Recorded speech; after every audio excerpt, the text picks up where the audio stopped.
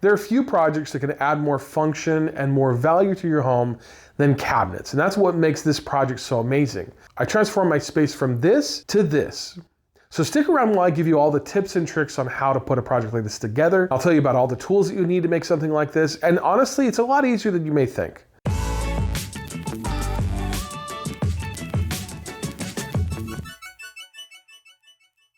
In all the projects that I do, I focus on two main things. First is, how will this project improve my life or my home? Does it solve a problem? Does it make my home more functional? And then the second thing is, does it add beauty or value to my home? The best projects do both, and this is one of them. In most of my cabinet projects in the past, I've built my own cabinets from scratch, from start to finish. But for this project, I'm doing things a little bit differently. I'm using pre-made cabinets that are flat packed and shipped to me. This saved an incredible amount of time and really sped up the project, which I gotta say my wife is really happy about. I used a company called homecabinets.com, and I'll tell you more about them later. They're pre-cut with dados, rabbets, and grooves, and that really helps in putting it all together. For added strength, I used wood glue in all of the grooves and dados, and to help with the assembly, I used these corner braces. These braces help hold it all together while I glue it up, and then also screw in all of the metal brackets that came with the cabinets.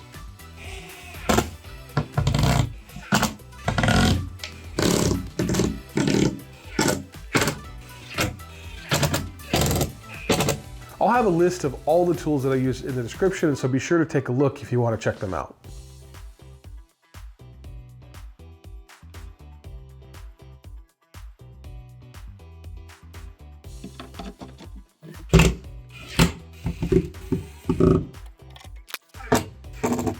With the cabinet boxes mostly put together, it's now time to attach the face frames. I also used wood glue for the face frames, but you need to really be careful. You need to have a wet rag nearby in case any glue gets on the front of the face frame. If you wipe it off right away, there's no problem, but if you wait until it dries, you'll never get it off. There are also a few brackets that attach to the face frame as well. The face frames are made out of hardwood, and holes for the brackets are pre-drilled, which is very helpful. Now for this next part, I did something different, and that was to glue these hardwood pieces onto the inside and the top of the cabinets. This is not something that you would normally have to do, but I'm going to be building a hardwood top for these cabinets, and so I need to be able to fasten them in a way that will be secure and keep everything together. I'll show you why that matters later. Again, be sure to wipe up any glue that squeezes out. Now, I did have an issue with this step, and that was that the glue didn't actually stick to the cabinets that well because of the smooth surface. But to fix that, I just screwed the hardwood boards into the cabinets directly. It'll be screwed into the wall later, and so it won't matter that the glue didn't stick, but I could have actually saved myself some trouble if I just skipped that part and done it with the screws instead of the glue from the start. All right, so the next thing is to prep the space where the cabinet's gonna be. So I've got this space here all cleared out, and I'm gonna need to remove the baseboards, take those out. I'm also gonna need to cut a hole in the back of the cabinet for that outlet there. And one thing I wanted to show you guys, when I move this cabinet, there's a bunch of gunk down here. Our family motto is that we just can't have nice things. And I don't even know what that is, some sort of goo or taffy or something. But good news, this will all be covered, so I don't need to worry about it.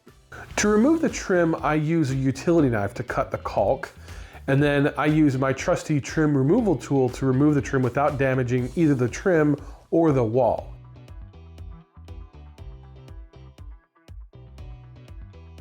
I've used this tool in other projects as well, and it works great.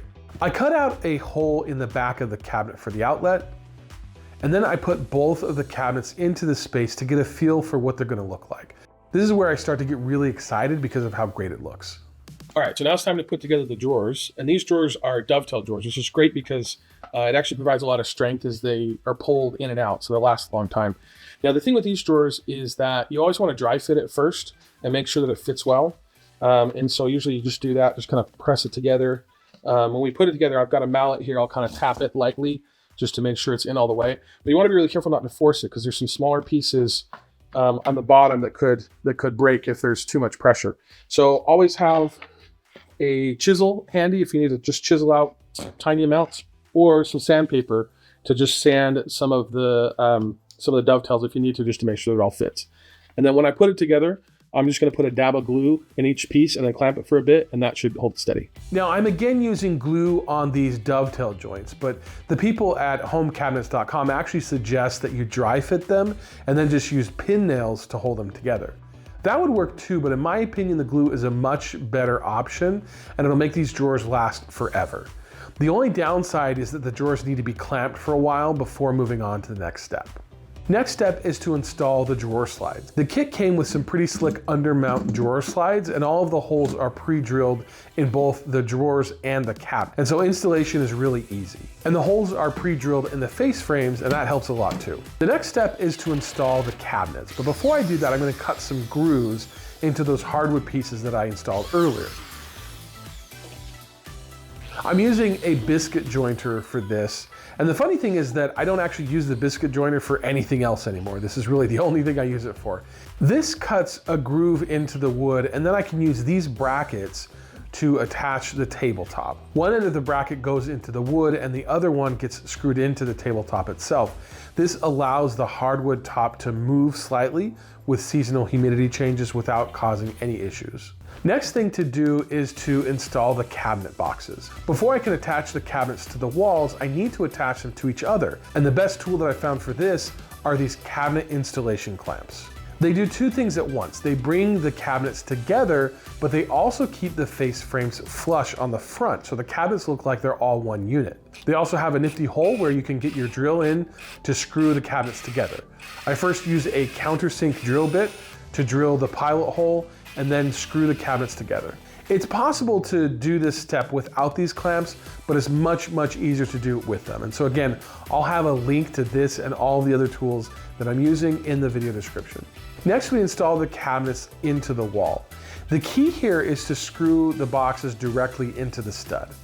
I first use a stud finder to identify my studs, and then use the countersink drill bit for pilot holes, and then use fairly long screws to attach the cabinets to the wall.